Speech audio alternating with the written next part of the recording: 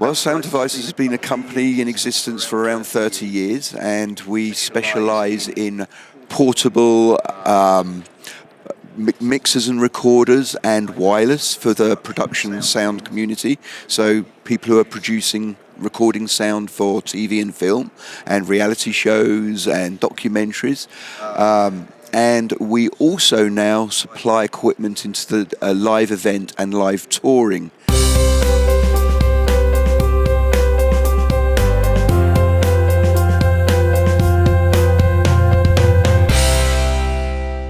What makes sound device mixers different?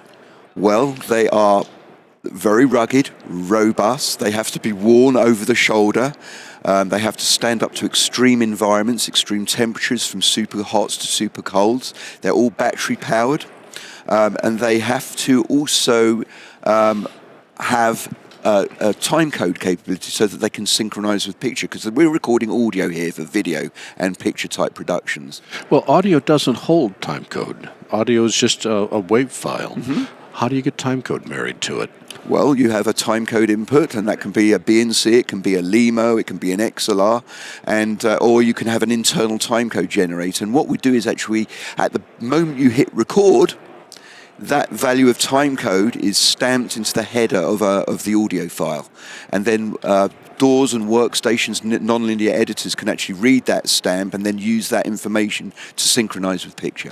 Is the time code a header, or is the time code striped like longitudinal time code throughout the whole? No, it's not continuous, it's just a header. It's just a stamp at the beginning. But because the file is essentially just a number of samples, any point in the file can be calculated, and you can find the time code at any point in the file just by counting samples from that header value. As you're putting together one of the sound device mixers, which I am in awe of, every sound engineer I've ever worked with uses sound devices. They're everywhere.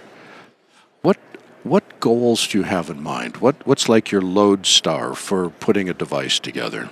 They have to have fantastic mic preamps. They have to have wide dynamic range. They have to be able to deal with a massive wide dynamic range from super quiets to super louds, and not distort or not contribute any noise. So it all starts with the quality of the mic preamp. It then, the key part of it is the robustness and the ruggedity of it, as I said, the robustness. And then you have to have a whole different range of features to accommodate the different workflows, the file format, the disk format that you're recording to. All our recorder mixers can record individual voices on individual tracks, but it's also essential to be able to provide a mix at the same time. Now, in today's industry, we're seeing the need for more and more individual track recording. I mean, some of these large-scale reality shows now use upwards of 24, 30 channels. And because so much of this is unscripted stuff, you can't really provide a mix, so everything has to have an ISO track. But in episodic and scripted type production, like filmmaking, production need access to the ISOs and the mix. What have you got that's new at the show? Well, this year we have got some interesting firmware updates. So we have a range of mixer recorders called the 8 series. They've actually been on the market now for around 6 years. Very well established mixer recorder used in the industry. But we continue to evolve that product. We designed it with a very powerful architecture. It uses a multi-FPGA design, which is quite unusual for portable equipment, because FPGAs can be quite power hungry. So we're able to design an architecture based on FPGA, which would still satisfy the low power requirements of portable recording. And the advantages of FPGA, just in case you didn't know, that you probably know this, but that FPGA stands for Field Programmable Gate Array. You can think of it as actually programmable hardware. So it gives you far more flexibility if you want to evolve the product. In the olden days, going back decades, once you designed the hardware, that was fixed. And there were certain limits you couldn't go beyond, but we have a lot more capability. So one example of that is with our current firmware now.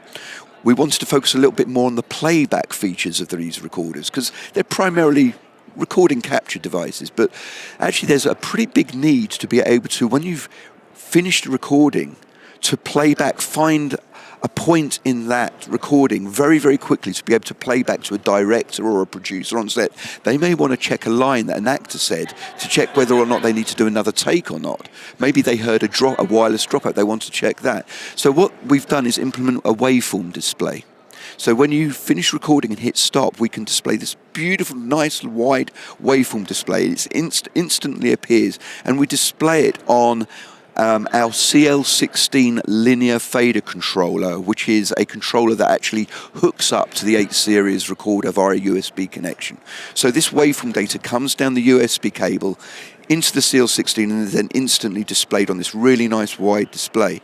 It's really fantastic. Now, one of the key things about this is I can color code the actors' voices. So say I had Bill and Mary, I could say Bill is yellow, Mary is red, and you'll be able to see in this waveform the waveform change color depending on which actor is speaking. So that's a unique feature. I haven't seen that anywhere, especially on a portable device, but I don't think even in a DAW. So that makes it very easy to track a line from a particular actor by just referencing the colors on the display. And we've added like cue marker points as well, so you can easily store a point and then very quickly locate that with a button press. Sound Devices been part of the wireless market now for, I think, probably 6 years as well or so now. And we have a platform called the Astral platform, which is our digital wireless platform, which includes transmitters and receivers. So I supply the mic, you have the transmitter and receiver? Right. Got it. Although we do have a handheld mic transmitter as well, so where we supply the mic, and it has its own cardioid capsule as well. We actually released that handheld mic last year, end of last year, so it's a relatively new product for NAB as well. So we have these transmitters. We have a mini transmitter, we have a belt pack transmitter, we have a handheld transmitter, and then we have multi-channel digital receivers, which we have different models, but they range from 4-channel receivers all the way up to 32 channel receivers. So we have the top of the line is known as the Super Nexus, the A20 Super Nexus. Gives you up to 32 channels in one RU rack mount unit. This is pretty groundbreaking. 'Cause to do that with something like a Shure system, you'd need a whole rack, an 8RU rack. Yeah. A very power-hungry 8RU rack. So anyway, I just want to give you a little bit of base to what this Astral series is. But the new feature is a very interesting feature because we actually have a sister company, a bunch of sister companies now, because we were bought by an English company called Audiotonix, who own SSL, Solid State Logic, Allen & Heath, Digico, Calrec, and a number of other manufacturers. So these are now our sister companies, and we are starting to integrate more with their product line. Now, as you know, Digico are the leaders in consoles for live events and live touring. So we've spent some time working together. We've developed this protocol of communication between our wireless equipment and their consoles. It's called Astralcom. You were recently acquired, and a lot of times when an acquisition occurs, bad things happen. How do you reassure customers that good things are going to happen? Sound Devices have been the target of quite a few buyouts over the years, and we've always rejected them. And primarily just because the companies that wanted to buy weren't really on the same wavelength, didn't have the same philosophy of operation. But with Audiotonix, it was immediately an obvious meeting of the minds. And Audiotonix are special in the fact it's more about them wanting to nurture the existing brands. They buy companies where the brand is always strong, and they think, well, we don't want to destroy that. We don't want to change that. We just want to nurture and expand that further. And proof is in the pudding, and that's what they've done. They've allowed us to develop further. They obviously saw some important capabilities in us, and I think the wireless was the predominant skill set that they didn't have as a technology in their family of companies. Most of their companies are to do with mixing consoles. They didn't have a company that made that technology for portable use. So we fit in beautifully into their portfolio. We all get on fantastically well. We share our technology. We bang our heads together. If one of the companies has resolved a problem that we're struggling with, they can help us. Obviously, buying power, and there's a lot more buying power because it's a larger group of companies. So there's the consolidation helps to improve things, makes us more efficient. I think the most important thing for me was that they want to nurture the brand. They want to help it grow, not change it, not destroy it, not try and make a quick buck.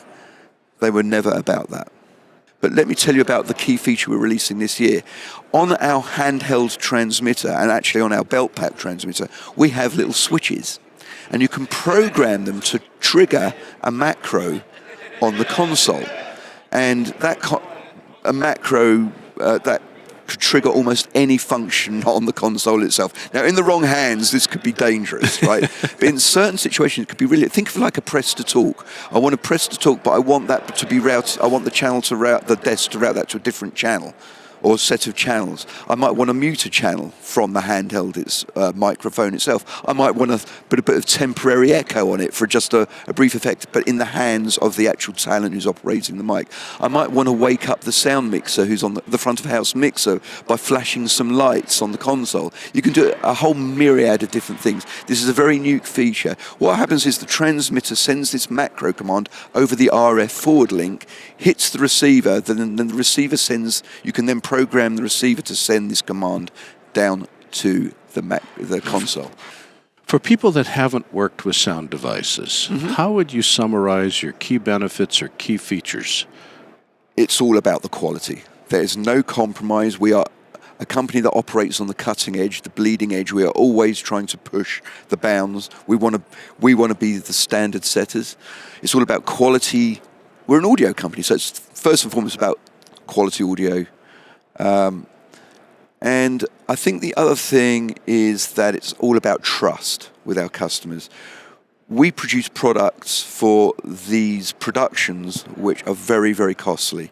And especially in the live world, you don't have a second chance to get it right. So they have to be so solid, and you have to inspire that trust with our customers. So in reality, right, nothing is perfect. We try to be as perfect as we can, but sometimes problems arise, and we pride ourselves as having that really direct line of communication with customers, and we work with them to resolve those problems really quickly.